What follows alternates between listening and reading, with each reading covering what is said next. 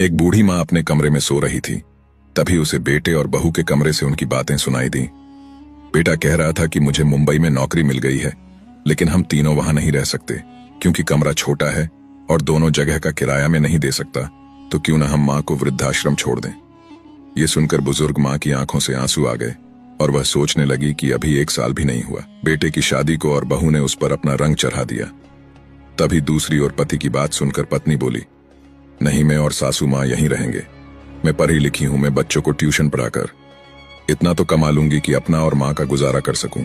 और आपने तो बताया था कि माँ ने आपको लोगों के घरों में काम करके पढ़ाया था। सोचो, अगर माँ भी आपको किसी अनाथ आश्रम में छोड़कर अपना जीवन शुरू करती तो क्या आज आप यहाँ होते।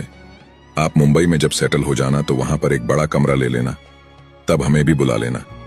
वैसे भी माँ वृक्ष सामान होती है, वो सिर्फ छाया ही नहीं फल भी देती है। बहू की बात सुनकर माँ की आंखों में आंसू आ गए और उसे भी समझ आ रहा था कि उसे बहू के रूप में एक बहुत अच्छी बेटी मिली है। दोस्तों, कहानी का भाव यही है कि सास बहू का रिश्ता भी माँ बेटी का रिश्ता है। अगर कुछ प्रेम सम्मान देने की कोशिश हो तो सच में ये रिश्ता बहुत प्यारा है, जो घरों को और परिवारों को जोड़ने में एक महत्वपूर्ण